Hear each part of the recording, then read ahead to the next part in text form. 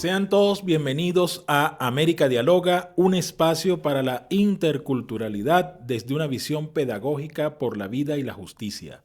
Nos escuchan por Oyeven 106.9 FM para volver a la radio La Alternativa Ecológica.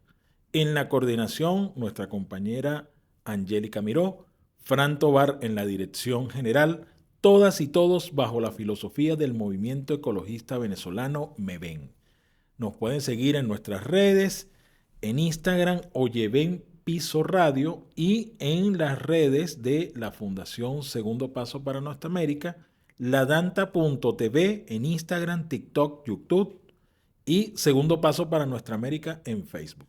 Bueno, hoy vamos a tener un programa donde vamos a ir analizando un poco más acerca del tema del fascismo y cómo inclusive desde los investigadores, las investigadoras que tenemos en nuestro país han logrado sistematizar saberes y para eso nuestro compañero Ramón Medero nos va a hacer la presentación del tema. Bueno, sí, Ricardo, tenemos con nosotros el honor contar con la presencia de la profesora Alexandra Gracias. Murino. Bienvenida. Muchas La gracias. profesora Alexandra Gracias. Murino es socióloga de profesión, también educadora y cuenta con un doctorado en filosofía. Así que, bienvenida, profesora. Muchas gracias. Y bueno, Gracias. hace poco, en los primeros días de septiembre, se dio el Congreso Mundial contra el Fascismo, acá en Caracas, con invitados de distintos países.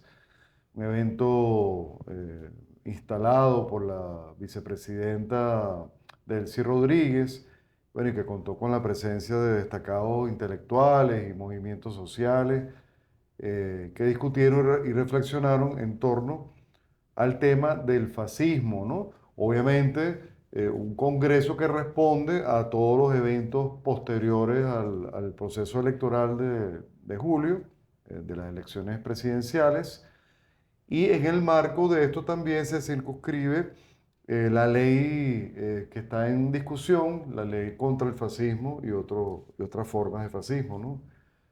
Así que, bueno, profesora, cuéntenos, díganos cómo usted analiza o reflexiona acerca de los eventos postelectorales, cómo el fascismo se expresa en esas acciones cruentas, de sabotaje, de asesinatos sistemáticos, de vandalismo y de toda la guerra mediática, informativa y cognitiva contra el pueblo venezolano y en el ámbito mundial, como la arremetida que ha habido internacional contra el pueblo de Venezuela y contra el gobierno revolucionario. En primer término, agradezco infinitamente a la Fundación Segundo Paso y a todos sus integrantes, a su señor presidente, por esta invitación. Para mí, en calidad de científico social, muy modestamente, consiste en una oportunidad. Fíjese que cómo podemos abordar el tema postelectoral desde una mirada sociológica y socioeconómica, más allá de lo estrictamente periodístico. El fascismo es inherente al capitalismo. El capitalismo lo genera en un momento de su acumulación, es decir, la acumulación de capital tiene un determinado momento, una fase donde requiere estados totalitarios para imponer para imponer una ideología que legitime su manera de acumular.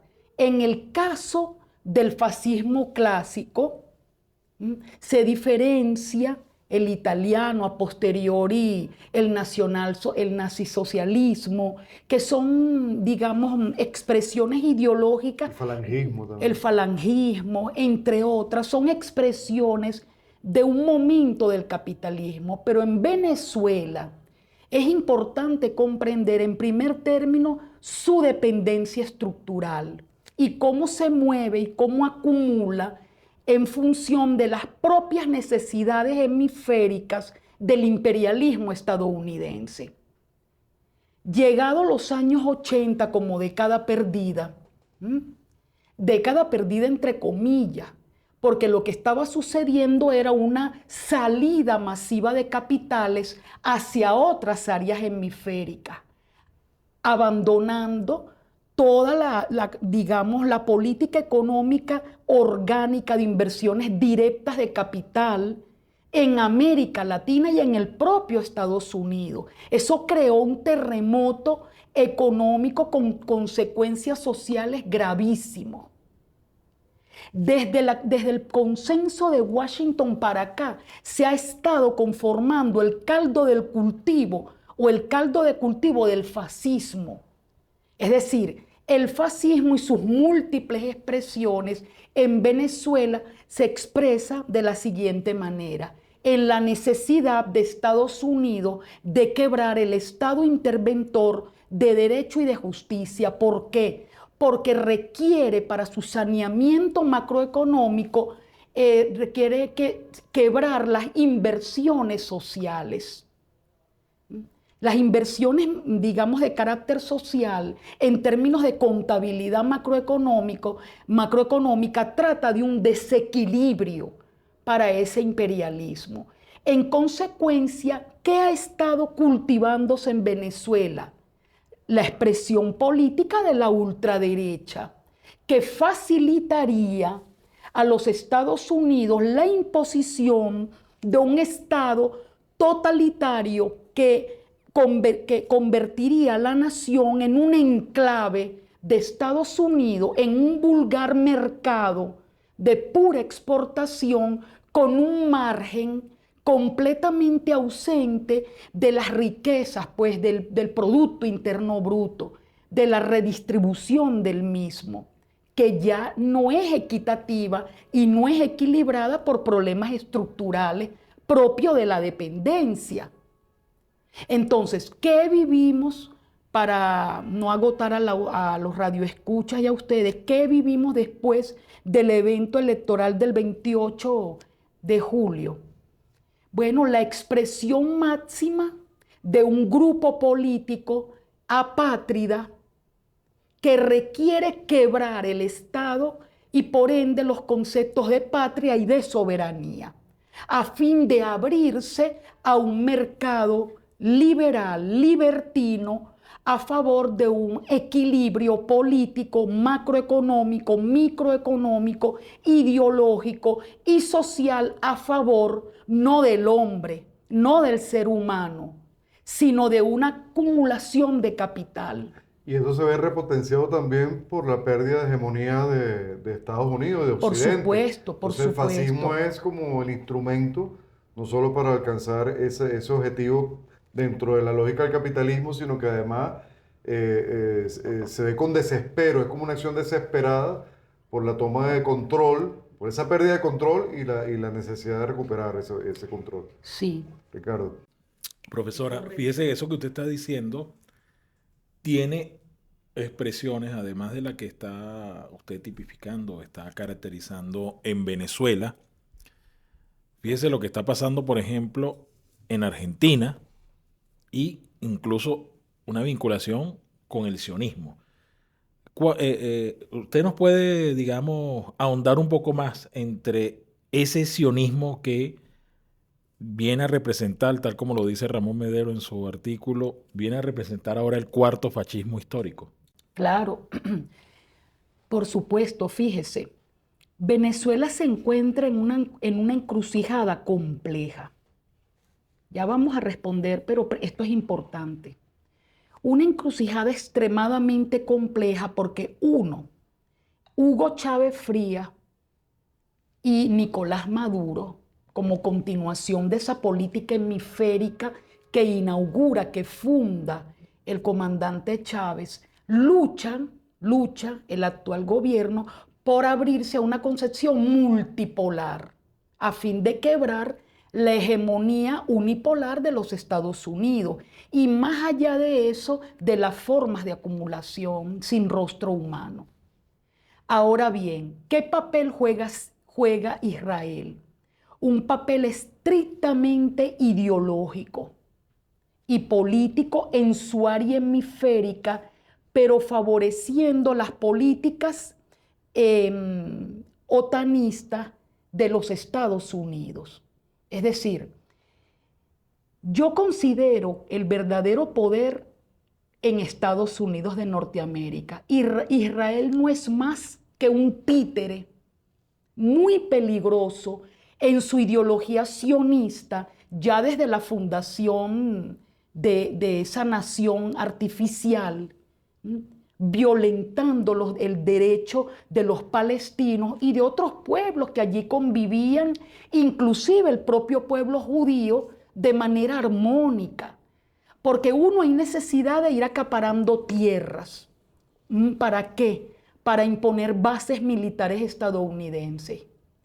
Para no solamente por un asunto de estrictamente geomilitar, geoeconómico, sino también para ir cercando a otros, no quiero llamarlos imperialismos porque no lo son, no cumplen con ese papel, pero sí otros hegemones, otra Rusia, China, que ganan espacio hemisférico para mantener un equilibrio multipolar.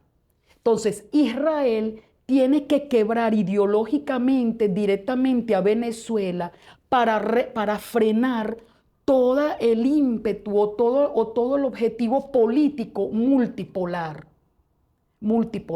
Porque una cosa es el problema de Israel y el área hemisférica que lo circunda, y otra situación es el ataque del sionismo a todo discurso y a toda práctica política liberadora, antiimperialista y antiestadounidense, tenga un viso ideológico izquierdista o religioso, como el caso de Irán. El caso de Irán. Mire, profesora, vamos... No sé si respondí. Sí, gran parte, pero queda todavía por responder la relación, vamos a hablar en el caso directa, entre el sionismo y Milei, por poner un ejemplo, y obviamente, ¿no? Sí, ¿por qué es importante establecer eso? Porque pareciera que todo está conformando, pareciera, y eso nos lo puede responder usted en el próximo segmento, pareciera que es que se está gestando como la creación de un Israel en América, pareciera. Bueno, volvemos acá con América Dialoga, un espacio para la interculturalidad desde una visión pedagógica por la vida y la justicia. Y bueno, saben que nos escuchan por Oyeven 106.9 FM, la alternativa ecológica para volver a la radio. Y bueno, también síguenos en nuestras cuentas Oyeven Piso Radio, en el caso de nuestra emisora, y para las redes de Segundo Paso para Nuestra América, en Instagram, TikTok y en YouTube, ladanta.tv, y en Facebook, Segundo Paso para Nuestra América. ¿En qué quedamos para este segmento? ¿Cuál fue la interrogante que dejamos, Ramón? Bueno, ver cómo el sionismo se está consolidando o pretende consolidarse, pretende tomar cuerpo y hacerse del poder en América Latina a través de operadores políticos ideológicos, como es el caso de Milei en Argentina, ¿no? Hablábamos de eso, de cómo la extrema derecha latinoamericana, ha creado una especie de club de amigos del sionismo, y lo peligroso que puede llegar a ser el sionismo en nuestra América, no desde ahora, profesora, porque No, eso es... sabemos, o sea, no hay razones para pensar que hoy día, en esta década que estamos viviendo, el sionismo no tenga los tentáculos y no se haya esparcido como un cáncer en nuestra América, porque los antecedentes sobran. En América Latina, el sionismo desde muy temprano, desde los años 60, 70, sobre todo los 70 y 80, en las dictaduras de Centroamérica, ¿verdad? De El Salvador, de Nicaragua, de Honduras, de Guatemala, y las dictaduras del Cono Sur, Argentina, Chile, Paraguay, etcétera, tuvo una presencia fundamental. La economía del Estado fallido, asesino, genocida, sionista de Israel, es un Estado que vive literalmente de la muerte, produce toda su industria, más de 6.800 empresas conforman la estructura industrial del sionismo en Israel y vive literalmente para la muerte. Es una maquinaria productora de armas para el genocidio en todo el mundo. Y nosotros lloramos mucho y luchamos por una causa que es la causa palestina, más de 40.000 asesinados, ¿no? Ese fatal, terrible genocidio, Sobre cruento todo genocidio. mujeres, niñas, niños, Más de la ancianos. mitad mujeres, niñas y niños.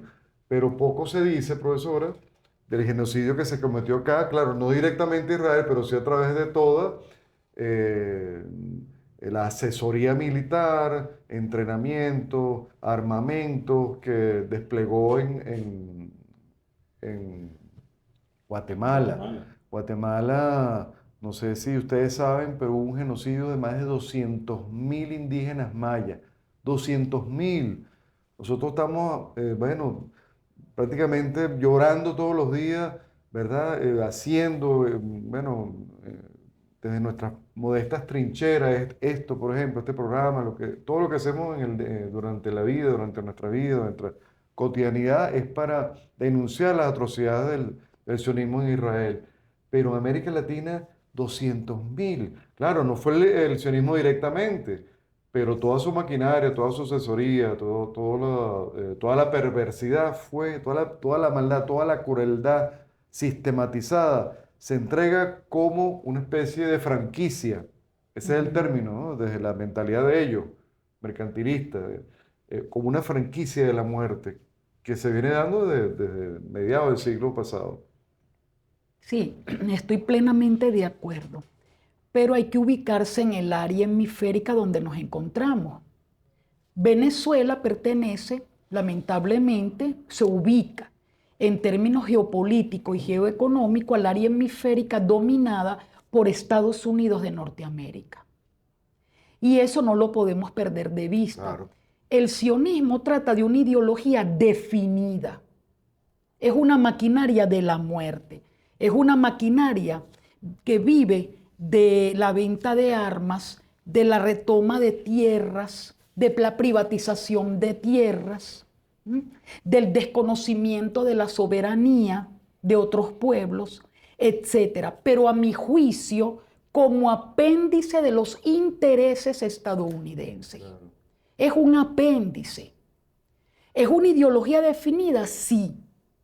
Pero como apéndice de los intereses geoestratégicos estadounidenses. Porque es una llave, Es una llave. de dos. Pero que yo quisiera decir algo acá que es importante. André Gunder Frank, en los años 60, al igual que Teotonio dos Santos, Vania Bambirra en Venezuela, con toda la escuela que funda Salvador de la Plaza, cuando trabajó con Ramón Lozada Aldana, Domingo Felipe Maza Zavala, Malavé Mata, Rodolfo Quintero, etc. Todos ellos, no solamente André Gunder Frank, plantearon el hecho de que en América Latina tenemos una lumpenburguesía. Amén de algunos sectores nacionalistas, pero en última instancia el rasgo estructural, la economía dependiente, bien sea del desarrollo hacia afuera o hacia adentro, dependiendo de los momentos de acumulación, en última instancia, ¿cómo define este rasgo estructural a la burguesía? Como lumpen. ¿Por qué? Porque no tiene un proyecto nacional. En última instancia, ¿por qué yo digo esto? Porque la burguesía latinoamericana, al no tener una concepción económica, política, ideológica y social definida, con excepciones, expresa de los intereses estadounidenses y sus apéndices. Por lo tanto, tenemos una ultraderecha en esta fase de acumulación. Disculpen que lo diga tan reiteradamente, pero es que no podemos perder ese detalle, no lo podemos perder de vista. Es muy importante. Por ejemplo, la ultraderecha venezolana es apátrida, es proimperialista, requiere un Estado nacional, un Estado mínimo, por ende no requieren un Estado nacional. En consecuencia, son un apéndice, claro, no solo del sionismo, sino de toda la ideología propia estadounidense. Porque yo sí considero que es necesario matizar digamos, la participación, el impacto de la concepción sionista en América Latina. Porque en última instancia, Israel también responde a los intereses estadounidenses. Lo mismo Europa Occidental, desde que Europa Occidental perdió su personalidad cultural, social. ¿Qué es la italianidad? ¿Qué es la españolidad? Un asunto difícil de masticar, según José Ortega y Gasset, en el caso español, entre otras expresiones. Máxime hoy, después de 1945, con la bota estadounidense puesta encima de ellos a través del bloque de la OTAN. Entonces tenemos el bloque de la OTAN, tenemos a Israel con toda la concepción sionista inorgánica, que violenta inclusive la propia visión judía.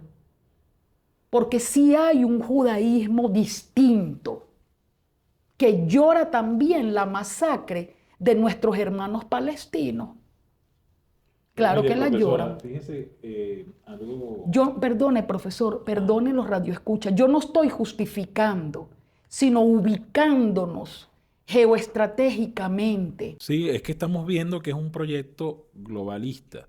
El sionismo es un proyecto globalista de ellos tener un dominio financiero, inmobiliario, pero además es totalitario, ¿no? Bueno, Ramón, habíamos dejado hablar sobre un tema donde también opera el sionismo. Creo que incluso en Oriente Medio ha operado con un tema con el que opera desde Ucrania, opera en Venezuela, ha operado en Nicaragua, en Cuba, que es la guerra cognitiva. ¿Cómo ha sido esa operación, por ejemplo, de la guerra cognitiva en Oriente Medio? Claro, bueno, creo que es importante resaltar cómo en estos últimos años hemos visto como la ultraderecha ha tenido como dos caras. Hay un rostro de la ultraderecha, pongamos el caso de Barack Obama, que es una ultraderecha simulada, ¿no? Muy Incluso simulada.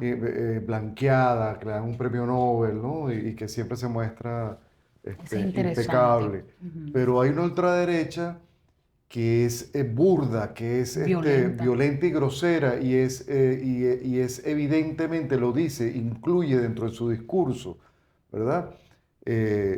Su ideología, la verbaliza, la hace pública, que es el caso de Trump. Creo que todos estamos de acuerdo en que nunca había habido un presidente de una tendencia de ultraderecha que dijera abiertamente los mexicanos son unos animales, todos son unos delincuentes, unos borrachos, unos traficantes de droga, los venezolanos todos son unos delincuentes, hay que invertir para poner unos muros más altos, o sea, y ganó. Además, ¿no? Por toda una serie de elementos allí que Y pareciera que va a volver a ganar. Ajá. Pareciera. Entonces, ¿cómo ese discurso abiertamente fascista cala en las poblaciones, bueno, blancas, supremacistas, en el caso de Estados Unidos, ¿no? En el caso de Obama, engañó por su origen racial, su origen eh, internacionales, ¿no? Migratorios, etcétera. Su origen humilde. Humilde, supuestamente. No. Engañó mucha gente, pero Trump no engañó a nadie. Trump dijo lo que era. Se mostró tal cual como ¿sabes? es. La plasta que es, lo dijo de un principio. Él se asumió como un plasta y como plasta se definió y todo lo que dijo fue parte de un personaje de ese tipo. Y acá en América Latina tenemos una réplica exacta, ¿no? Milei. Que es Milei. Milei no engañó a nadie. No, Milei ha hecho todo lo que ha dicho, el motosierra. ¿verdad? La motosierra, sacar la bandera de Israel. ¿A qué presidente se le ocurriría Pleno genocidio. enarbolar en pleno genocidio una bandera de Israel? Y eso te deja ver el grado de protección y de respaldo, Claro. ¿no? Económico, financiero, político, armamentista, de esa estructura de poder que la profesora decía hace un momento, de esa dupla de Estados Unidos Es una y dupla, sí. Israel. Y de ese mismo descaro está presente en lo que está en el escenario geopolítico de Asia Occidental. Es decir, el descaro de, bueno, sí, yo asesino a los palestinos porque los considero menos que un perro, ¿verdad? O sea, lo dicen y además lo justifican dentro de los mitos teológicos que manejan, el mito de Josué, que el Dios exterminador, extermina vacas, animales, ganado, todo lo que te encuentra a tu paso, niños, mujeres embarazadas. ¿No? El objetivo es apoderarse de Palestina, ¿verdad? De las tierras, sí. Y de manera cruenta, relatada y transmitida de manera en tiempo real, ¿no? Bueno, la crueldad, el asesinato, el genocidio que está cometiendo contra el pueblo palestino, pero también ahora en el Líbano. Han lanzado un ataque también despiadado, Horroroso. palestinizando, si Sí, me sí. permiten el término, Sí, sí. ahora al Líbano, bajo la misma excusa en la que se ampararon para destruir Gaza, que es que en ese edificio hay un agente de Hezbollah, entonces matan 200 y pico personas. Entonces es el descaro, esa ultraderecha descarada, porque es propio de lo que habíamos hablado, esa patada de ahogado de un modelo de vida civilizatorio, un modelo civilizatorio de vida que ha colapsado, ¿no? Colapsó, sí, colapsó. Entonces, bueno, ¿cuáles son sus reflexiones al respecto y de qué manera en esto que acabamos de mencionar, el carácter psicológico, el aspecto psicológico, la guerra psicológica, ha funcionado en unos casos, pero fíjate que los estudiantes, y disculpen que No, me por entiendan, favor. los estudiantes, fíjate, lo dijimos en un programa acá, nunca, nunca se nos ocurrió pensar que de pronto los estudiantes occidentales, particularmente los estadounidenses, salieran por miles a manifestarse en contra del sionismo y a favor de Palestina, En porque universidades hegemónicas. hegemónica, porque pensamos, Sí. bueno, que era una especie de mancebos y de jóvenes aplacados y controlados ideológicamente, cerebros lavados, y de manera sorpresiva, gratamente, la sorpresa de que salieron a protestar y pidieron cambios estructurales epistemológicos y académicos dentro de las universidades. Sí, así es. Bueno, fíjese ¿qué representa Trump? Trump representa el ultranacionalismo de derecha. Ujú. Es un ultranacionalismo, pero con una trampa, que él prometió inversiones directas de capital. Él prometió el regreso de la economía real. ¿Quiénes apoyaron a Trump? Los desclasados blancos. Ujú. No sé, ahorita ya no son afrodescendientes. Hay una cantidad impactante de blancos estadounidenses completamente desclasados, al margen del poco aparato productivo que tiene esa nación. Y justamente el discurso de Trump cala en las necesidades y las frustraciones de ese sector de la clase. ¿Quiénes fueron los estudiantes que salieron? Una pequeña burguesía ilustrada. Más de eso no van a hacer. A diferencia de nuestros jóvenes revolucionarios de los años 60 o de los jóvenes, por ejemplo, iraníes con una concepción religiosa bien conformada, al igual que en América Latina, jóvenes universitarios, pequeños burgueses o de extracción campesina que entregaron su vida por una utopía. Eso no lo van a hacer esos muchachos. No. Entonces, ¿qué pasó con el sionismo como ideología que requiere también secundar los intereses económicos estadounidenses? Exterminar completamente esa concepción ideológica. En el caso de América Latina, revolucionaria, socialista, comunista. En otros paralelos ha costado. en los paralelos no occidentales le ha costado a Estados Unidos por la solidez ideológica en sus ámbitos. Y también cultural, ¿no? Cultural, Ahora, claro. profesora, para volver a lo que dejamos, para que los radioescuchas no queden, digamos, pendientes con eso, Para ¿cómo allá opera el iba. sionismo en lo multidimensional? Estamos Y hablando... Estados Unidos.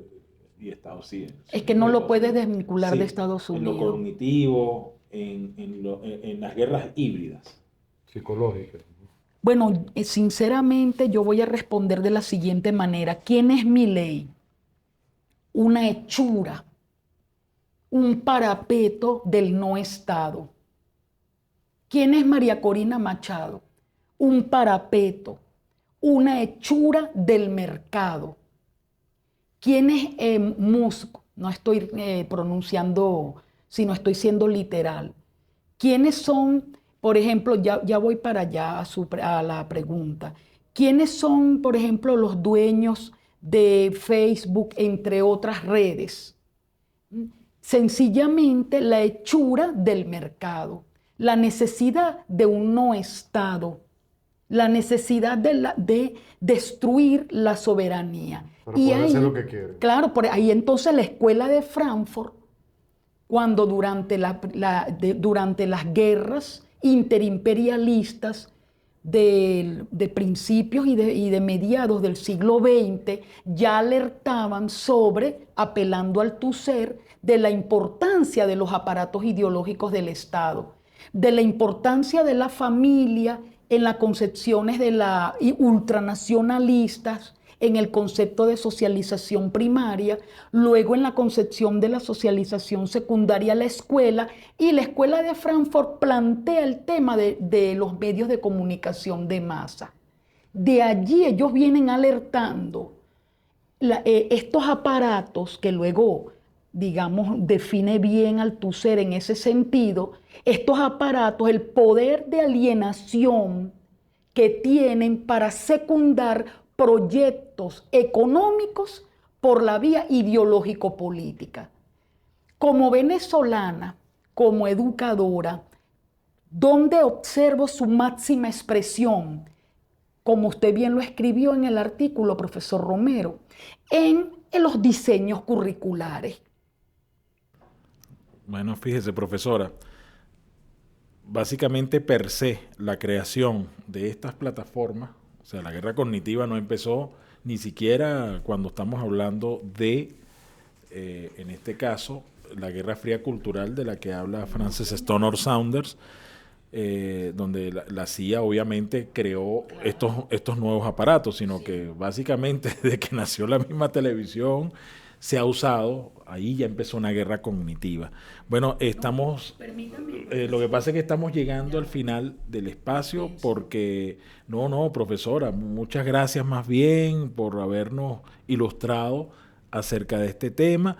El tiempo en la radio, bueno, se agota muy rápido. Es un tema complejo y en otra oportunidad podremos seguir debatiendo y analizando acerca de esto.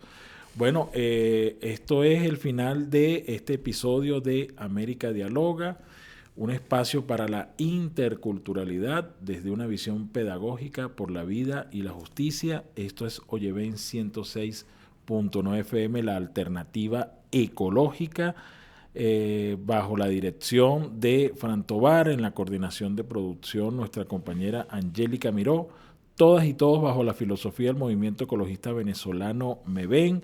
Las redes de la radio son Instagram, Oyeven Piso Radio, en las cuentas de Segundo Paso para Nuestra América, ladanta.tv, en Instagram, TikTok, YouTube, X y Segundo Paso para Nuestra América en Facebook.